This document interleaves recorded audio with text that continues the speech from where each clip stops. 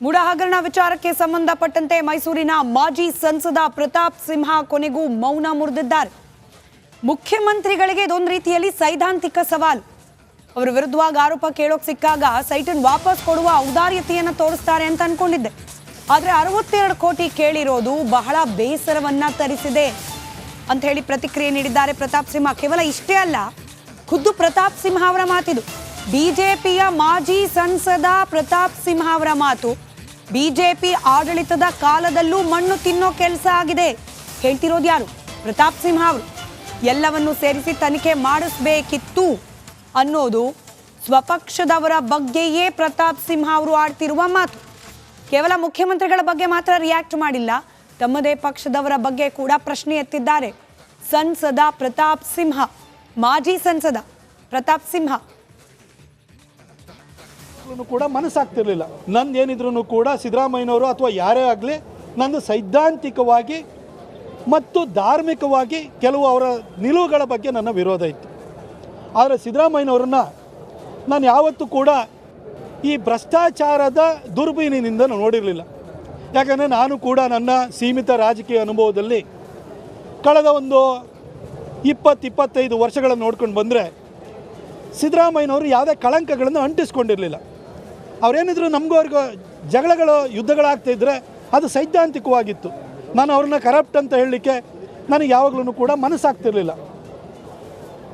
ಈ ಮೂಡ ವಿಚಾರ ಬಂದಾಗಲೂ ಕೂಡ ಸಿದ್ದರಾಮಯ್ಯ ಸಾಹೇಬರು ಒಂದು ಮೇಲ್ಪಂಕ್ತಿಯನ್ನು ಹಾಕ್ಕೊಡ್ತಾರೆ ಅಂತ ನಾನು ಅಂದ್ಕೊಂಡಿದ್ದೆ. ಈ ವಿಚಾರ 2023 ವಿಧಾನಸಭಾ ಚುನಾವಣೆ ಸಂದರ್ಭದಲ್ಲಿ ಬಂದಿತ್ತು. ನಾನು ಆಗಲೂ ಕೂಡ ನನಗೆ ಯಾರ ಬಗ್ಗೆಯೂ ಕೂಡ ವೈಯಕ್ತಿಕವಾದಂಥ ದಾಳಿ ಮಾಡುವಂಥ ಅಭ್ಯಾಸ ಇಲ್ಲ. ಹಾಗಾಗಿ ನಾನು ಮಾಡಿರಲಿಲ್ಲ. ಆ ಸೈಟ್ಗಳನ್ನು ಸರೆಂಡರ್ ಮಾಡಿ, ಇದು ಕಣ್ತಪ್ಪಿಂದಲೇ ಆಗಿರ್ಬೋದು, ನಾನು ಇದನ್ನು ಸರೆಂಡರ್ ಮಾಡ್ತಾಯಿದ್ದೀನಿ. ಆದರೆ ಇದ್ರ ಬಗ್ಗೆ ಒಂದು ಕೂಲಂಕಷವಾದಂಥ ಒಂದು ತನಿಖೆಯನ್ನು ಮಾಡಿಸಿ ಪ್ರಕರಣವನ್ನು ಹಗರಣವನ್ನು ಹೊರಗಡೆ ತಂದು ನಾನು ತಪ್ಪಿತಸ್ಥರು ಯಾರಿದ್ದಾರೆ ಅವರಿಗೆ ಶಿಕ್ಷೆನ ಕೊಡ್ತೀನಿ ಅಂತ ಹೇಳಿದರೆ ಖಂಡಿತ ನನಗೆ ಸಿದ್ದರಾಮಯ್ಯ ಸಾಹೇಬ್ರ ಬಗ್ಗೆ ಇನ್ನೂ ಗೌರವ ಜಾಸ್ತಿ ಆಗ್ತಿತ್ತು. ಆದರೆ ಸಿದ್ದರಾಮಯ್ಯ ಸಾಹೇಬರು ಅದಕ್ಕೆ 62 ಕೋಟಿ ಬೆಲೆ ಬಾಳುತ್ತೆ, 62 ಕೋಟಿ ಕೊಡಿ ಅಂತಂದರೆ ಅದು ಯಾರು ಅದ್ರದ್ದು ಓನರ್ ಇದಲ್ಲ, ಜವರಪ್ಪಗೆ ಇವ್ರಿಗೆ ಏನು ಸಂಬಂಧ? ನಂದೇನಿದ್ರು ಕೂಡ ಸಿದ್ದರಾಮಯ್ಯನವರು ಅಥವಾ ಈ ಪ್ರಕರಣ ತಾರ್ಕಿಕ ಅಂತ್ಯಕ್ಕೆ ಹೋಗಲ್ಲ. ಇದೇ 400-500 ಕೋಟಿ ಹಗರಣ ಅಲ್ಲ, ಇದೊಂದು ಕನಿಷ್ಠ ಅಂತೇಳಿ ಹೇಳಿದ್ರೆ ಒಂದು 3-4 ಸಾವಿರ ಕೋಟಿ ರೂಪಾಯಿದ ಹಗರಣ. ಈ ಹಗರಣದ ಬಗ್ಗೆ ನಿಮಗೆ ತಿಳ್ಕೊಳ್ಬೇಕು ಅಂತಂದರೆ ಇದು ಎಲ್ಲಿಂದ ಪ್ರಾರಂಭ ಆಯಿತು, ಹೇಗೆ ಇದನ್ನು ನಾವು ಸೈಟನ್ನು ಹುಡುಕಿಸ್ತು ಅನ್ನೋದಕ್ಕೆ ನಿಮಗೆ ಒಂದು ಉದಾಹರಣೆ ಹೇಳಬೇಕು ಅಂದರೆ 2019ರಲ್ಲಿ ವಿ ಸೋಮಣ್ಣ ಸಾಹೇಬರು ಮೈಸೂರಿನ ಡಿಸ್ಟ್ರಿಕ್ಟ್ ಇನ್ಚಾರ್ಜ್ ಮಿನಿಸ್ಟರ್ ಬಂದರು. ಮೈಸೂರಿನಲ್ಲಿ ದಸರಾ ಮಾಡಬೇಕಿತ್ತು. ಆಗ ಆ ಸಂದರ್ಭದಲ್ಲಿ ದಸರಾ ಆಯಿತು. ದಸರಾ ಆದ ಕೂಡಲೇ ಅದೇ ಸಂದರ್ಭದಲ್ಲಿ ಯಡಿಯೂರಪ್ಪ ಸಾಹೇಬರು ಮುಖ್ಯಮಂತ್ರಿ ಆಗಿದ್ದರು. ಇಡೀ ರಾಜ್ಯದಲ್ಲಿ 22 ಜಿಲ್ಲೆನಲ್ಲಿ ನೆರೆ ಪೀಡಿತವಾದು. ಎಲ್ಲರಿಗೂ ಯಡಿಯೂರಪ್ಪ ಸಾಹೇಬರು ಮನೆ ಕಟ್ಟಿಸ್ಕೊಳ್ಳೋದಕ್ಕೆ ಮೊದಲು 99 ಸಾವಿರ ಕೊಡೋರು, ನಾನು 5 ಲಕ್ಷ ಕೊಡ್ತೀನಿ ಅಂದರು. ಹೀಗೆ ರಾಜ್ಯದ ಬೊಕ್ಕಸದಲ್ಲಿ ಭಾಳಷ್ಟು ಹಣವನ್ನು ಜನರ ಸಂಕಷ್ಟಕ್ಕೆ ಸ್ಪಂದಿಸೋದಕ್ಕೆ ಖರ್ಚು ಮಾಡಬೇಕಾದ ಸ್ಥಿತಿ ಬಂತು. ಆದ್ರ ಬೆನ್ನಲ್ಲೇ ಕೋವಿಡ್ ಬಂದ್ಬಿಡ್ತು. 2020ರಲ್ಲಿ ಫೆಬ್ರವರಿನಲ್ಲಿ ಕೋವಿಡ್ ಬಂದ್ಬಿಡ್ತು. ಕೋವಿಡ್ ಬಂದಾದ ಕೂಡಲೇ ಅಭಿವೃದ್ಧಿ ಕಾರ್ಯಗಳಿಗೆ ದುಡ್ಡಿಲ್ಲ ಅನ್ನೋ ಪರಿಸ್ಥಿತಿ ಬಂತು. ಆಗ ವಿ ಸೋಮಣ್ಣ ಸಾಹೇಬರು ಮೂಡಾದಲ್ಲಿ ಎಷ್ಟು ಖಾಲಿ ಸೈಟ್ ಇದೆ ಅದನ್ನೆಲ್ಲ ಗುರುತು ಮಾಡಿ ಆಕ್ಷನಿಗೆ ಹಾಕೋಣ, ಆವಾಗ ಬೊಕ್ಕಸಕ್ಕೆ ದುಡ್ಡು ಬರುತ್ತೆ ಅಂತೇಳಿ ಹೇಳಿ ಆಗ ಮೂಡ ಕಮಿಷನರ್ ಆಗಿದ್ದಂಥ ಕಾಂತರಾಜ್ ಅವ್ರಿಗೆ ಹೇಳಿದರು. ಕಾಂತರಾಜ್ ಅವರು ತುಂಬ ಒಳ್ಳೆ ಕೆಲಸನ ಮಾಡಿ 7600 ಸೈಟನ್ನು ಗುರುತು ಮಾಡಿರು. ಅದನ್ನು ಗುರುತು ಮಾಡಿ ಆದ ನಂತರ ಆಕ್ಷನಿಗೆ ಹಾಕಿ ಬೊಕ್ಕಸಕ್ಕೆ ದುಡ್ಡು ತೆಗೆದುಕೊಂಡು ಮೈಸೂರು ಈ ಭಾಗದಲ್ಲಿ ಒಂದಷ್ಟು ಅಭಿವೃದ್ಧಿ ಮಾಡೋಣ ಅನ್ನೋಷ್ಟೊಳಗಡೆ ಸೋಮಣ್ಣವರು ಎತ್ತಂಗಡಿ ಆದರು, ಕಾಂತರಾಜ್ ಅವರು ಎತ್ತಂಗಡಿ ಆದರು. ಅವತ್ತು ಅಂಗಡಿ ಶುರುವಾಯಿತು. ಅದರದ್ದು ಇಲ್ಲಿವರೆಗೂ ಮುಂದುವರ್ಕೊಂಡು ಬಂದಿರುವಂಥದ್ದು ಇದೇ.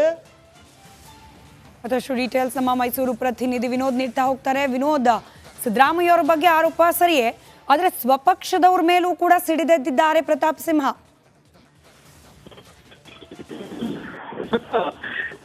ಅವರು ಇದೇ ಬೆಲೆ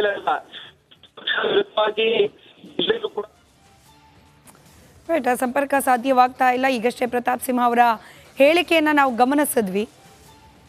ಸ್ವಪಕ್ಷದವರ ವಿರುದ್ಧ ಕೂಡ ಕೆಂಡ ಕಾರಿದ್ದಾರೆ.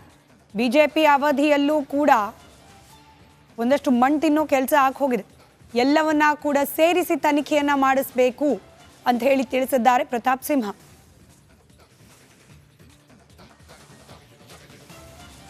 ಮೂಡ ಹಗರಣ ವಿಚಾರಕ್ಕೆ ಸಂಬಂಧಪಟ್ಟಂತೆ ಮೈಸೂರಿನ ಮಾಜಿ ಸಂಸದ ಪ್ರತಾಪ್ ಸಿಂಹ ಕೊನೆಗೂ ಮೌನ ಮುರಿದಿದ್ದಾರೆ. ಮುಖ್ಯಮಂತ್ರಿಗಳಿಗೆ ಇದೊಂದು ರೀತಿಯಲ್ಲಿ ಸೈದ್ಧಾಂತಿಕ ಸವಾಲು. ಅವರ ವಿರುದ್ಧವಾಗಿ ಆರೋಪ ಕೇಳೋಕ್ ಸಿಕ್ಕಾಗ ಸೈಟನ್ನು ವಾಪಸ್ ಕೊಡುವ ಔದಾರ್ಯತೆಯನ್ನು ತೋರಿಸ್ತಾರೆ ಅಂತ ಅನ್ಕೊಂಡಿದ್ದೆ. ಆದರೆ 62 ಕೋಟಿ ಕೇಳಿರೋದು ಬಹಳ ಬೇಸರವನ್ನ ತರಿಸಿದೆ ಅಂತ ಹೇಳಿ ಪ್ರತಿಕ್ರಿಯೆ ನೀಡಿದ್ದಾರೆ ಪ್ರತಾಪ್ ಸಿಂಹ. ಕೇವಲ ಇಷ್ಟೇ ಅಲ್ಲ, ಖುದ್ದು ಪ್ರತಾಪ್ ಸಿಂಹ ಅವರ ಮಾತಿದು. ಬಿಜೆಪಿಯ ಮಾಜಿ ಸಂಸದ ಪ್ರತಾಪ್ ಸಿಂಹ ಅವರ ಮಾತು. ಬಿಜೆಪಿ ಆಡಳಿತದ ಕಾಲದಲ್ಲೂ ಮಣ್ಣು ತಿನ್ನೋ ಕೆಲಸ ಆಗಿದೆ. ಹೇಳ್ತಿರೋದು ಯಾರು? ಪ್ರತಾಪ್ ಸಿಂಹ ಅವರು. ಎಲ್ಲವನ್ನು ಸೇರಿಸಿ ತನಿಖೆ ಮಾಡಿಸಬೇಕಿತ್ತು ಅನ್ನೋದು ಸ್ವಪಕ್ಷದವರ ಬಗ್ಗೆಯೇ ಪ್ರತಾಪ್ ಸಿಂಹ ಅವರು ಆಡ್ತಿರುವ ಮಾತು.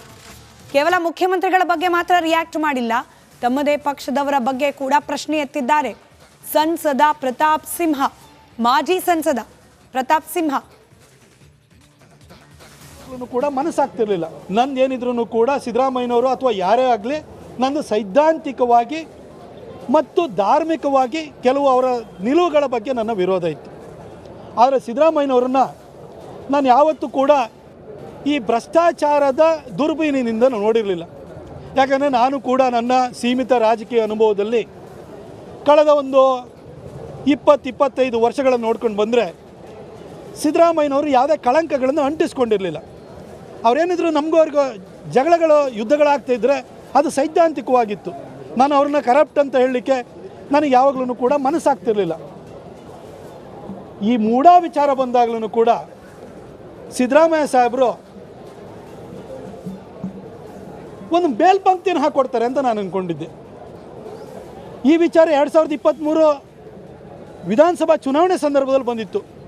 ನಾನು ಆಗಲೂ ಕೂಡ ನನಗೆ ಯಾರ ಬಗ್ಗೆನೂ ಕೂಡ ವೈಯಕ್ತಿಕವಾದಂಥ ದಾಳಿ ಮಾಡುವಂಥ ಅಭ್ಯಾಸ ಇಲ್ಲ, ಹಾಗಾಗಿ ನಾನು ಮಾಡಿರಲಿಲ್ಲ. ಆ ಸೈಟ್ಗಳನ್ನು ಸರೆಂಡರ್ ಮಾಡಿ ಇದು ಕಣ್ತಪ್ಪಿಂದಲೇ ಆಗಿರ್ಬೋದು. ನಾನು ಇದನ್ನು ಸರೆಂಡರ್ ಮಾಡ್ತಾಯಿದ್ದೀನಿ. ಆದರೆ ಇದ್ರ ಬಗ್ಗೆ ಒಂದು ಕೂಲಂಕಷವಾದಂಥ ಒಂದು ತನಿಖೆಯನ್ನು ಮಾಡಿಸಿ ಹಗರಣವನ್ನು ಹೊರಗಡೆ ತಂದು ನಾನು ತಪ್ಪಿತಸ್ಥರು ಯಾರಿದ್ದಾರೆ ಅವರಿಗೆ ಶಿಕ್ಷೆನ ಕೊಡ್ತೀನಿ ಅಂತ ಹೇಳಿದರೆ ಖಂಡಿತ ನನಗೆ ಸಿದ್ದರಾಮಯ್ಯ ಸಾಹೇಬ್ರ ಬಗ್ಗೆ ಇನ್ನೂ ಗೌರವ ಜಾಸ್ತಿ ಆಗ್ತಿತ್ತು.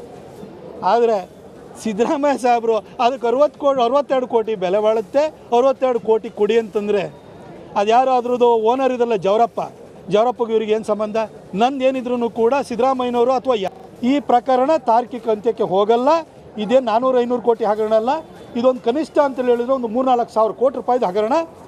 ಈ ಹಗರಣದ ಬಗ್ಗೆ ನಿಮಗೆ ತಿಳ್ಕೊಳ್ಬೇಕು ಅಂತಂದರೆ ಇದು ಎಲ್ಲಿಂದ ಪ್ರಾರಂಭ ಆಯಿತು, ಹೇಗೆ ಇದನ್ನು ನಾವು ಸೈಟನ್ನು ಹುಡುಕಿಸ್ತು ಅನ್ನೋದಕ್ಕೆ ನಿಮಗೆ ಒಂದು ಉದಾಹರಣೆ ಹೇಳಬೇಕು ಅಂದರೆ 2019ರಲ್ಲಿ ವಿ ಸೋಮಣ್ಣ ಸಾಹೇಬರು ಮೈಸೂರಿನ ಡಿಸ್ಟ್ರಿಕ್ಟ್ ಇನ್ಚಾರ್ಜ್ ಮಿನಿಸ್ಟರಾಗಿ ಬಂದರು.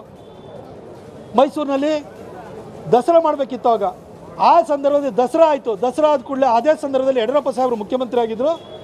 ಇಡೀ ರಾಜ್ಯದಲ್ಲಿ 22 ಜಿಲ್ಲೆನಲ್ಲಿ ನೆರೆ ಪೀಡಿತವಾದವು. ಎಲ್ಲರಿಗೂ ಯಡಿಯೂರಪ್ಪ ಸಾಹೇಬರು ಮನೆ ಕಟ್ಟಿಸ್ಕೊಳ್ಳೋದಕ್ಕೆ ಮೊದಲು 99 ಸಾವಿರ ಕೊಡೋರು, ನಾ 5 ಲಕ್ಷ ಕೊಡ್ತೀನಿ ಅಂದರು. ಹೀಗೆ ರಾಜ್ಯದ ಬೊಕ್ಕಸದಲ್ಲಿ ಭಾಳಷ್ಟು ಹಣವನ್ನು ಜನರ ಸಂಕಷ್ಟಕ್ಕೆ ಸ್ಪಂದಿಸೋದಕ್ಕೆ ಖರ್ಚು ಮಾಡಬೇಕಾದ ಸ್ಥಿತಿ ಬಂತು. ಆದ್ರ ಬೆನ್ನಲ್ಲೇ ಕೋವಿಡ್ ಬಂದ್ಬಿಡ್ತು. 2020ರಲ್ಲಿ ಫೆಬ್ರವರಿನಲ್ಲಿ ಕೋವಿಡ್ ಬಂದ್ಬಿಡ್ತು. ಕೋವಿಡ್ ಬಂದಾದ ಕೂಡಲೇ ಅಭಿವೃದ್ಧಿ ಕಾರ್ಯಗಳಿಗೆ ದುಡ್ಡಿಲ್ಲ ಅನ್ನೋ ಪರಿಸ್ಥಿತಿ ಬಂತು. ಆಗ ವಿ ಸೋಮಣ್ಣ ಸಾಹೇಬರು ಮೂಡಾದಲ್ಲಿ ಎಷ್ಟು ಖಾಲಿ ಸೈಟ್ ಇದೆ ಅದನ್ನೆಲ್ಲ ಗುರುತು ಮಾಡಿ ಆಕ್ಷನಿಗೆ ಹಾಕೋಣ, ಆವಾಗ ಬೊಕ್ಕಸಕ್ಕೆ ದುಡ್ಡು ಬರುತ್ತೆ ಅಂತೇಳಿ ಹೇಳಿ ಆಗ ಮೂಡಾ ಕಮಿಷನರ್ ಆಗಿದ್ದಂಥ ಕಾಂತರಾಜ್ ಅವ್ರಿಗೆ ಹೇಳಿದರು. ಕಾಂತರಾಜ್ ಅವರು ತುಂಬ ಒಳ್ಳೆಯ ಕೆಲಸನ ಮಾಡಿ 7600 ಸೈಟನ್ನು ಗುರುತು ಮಾಡಿರು. ಅದನ್ನು ಗುರುತು ಮಾಡಿ ಆದ ನಂತರ ಆಕ್ಷನಿಗೆ ಹಾಕಿ ಬೊಕ್ಕಸಕ್ಕೆ ದುಡ್ಡು ತೆಗೆದುಕೊಂಡು ಮೈಸೂರು ಈ ಭಾಗದಲ್ಲಿ ಒಂದಷ್ಟು ಅಭಿವೃದ್ಧಿ ಮಾಡೋಣ ಅನ್ನೋಷ್ಟೊಳಗಡೆ ಸೋಮಣ್ಣವರು ಎತ್ತಂಗಡಿ ಆದರು, ಕಾಂತರಾಜ್ ಅವರು ಎತ್ತಂಗಡಿ ಆದರು. ಅವತ್ತು ಅಂಗಡಿ ಶುರುವಾಯಿತು.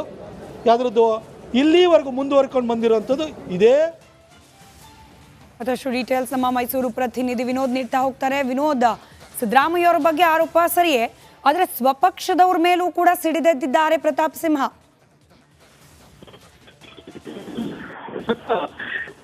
ಅವರು ಇದೇ ಬೆಲೆ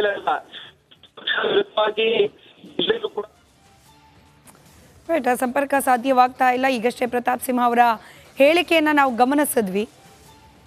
ಸ್ವಪಕ್ಷದವರ ವಿರುದ್ಧ ಕೂಡ ಕೆಂಡ ಕಾರಿದ್ದಾರೆ. ಬಿಜೆಪಿ ಅವಧಿಯಲ್ಲೂ ಕೂಡ ಒಂದಷ್ಟು ಮಣ್ಣು ತಿನ್ನೋ ಕೆಲಸ ಹೋಗಿದೆ. ಎಲ್ಲವನ್ನ ಕೂಡ ಸೇರಿಸಿ ತನಿಖೆಯನ್ನ ಮಾಡಿಸಬೇಕು ಅಂತ ಹೇಳಿ ತಿಳಿಸಿದ್ದಾರೆ ಪ್ರತಾಪ್ ಸಿಂಹ.